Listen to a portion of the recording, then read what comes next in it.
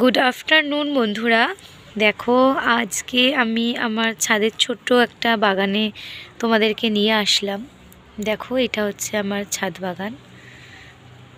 বাগান ঠিক বলা যায় কিনা জানি না, খুব বেশি ফুলের সমারোহ নেই, খুব সামান্য কিছু ফুলই আমি আনতে পেরেছি এবং রেখেছি।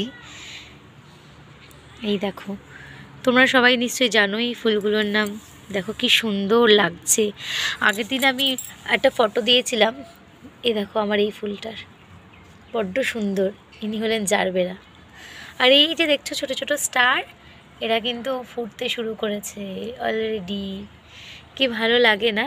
আরে ওই যে ছোট দেখছো, ওই যে উনি হলেন চন্দ্রমল্লিকা। যেহেতু চন্দ্রমল্লিকার সিজন এখন প্রায় শেষের দিকে, তাই খুব একটা বড় হচ্ছে না। আর ইনি হচ্ছেন গ্রীষ্মকালের ফুল, অর্থাৎ বেলি ফুল।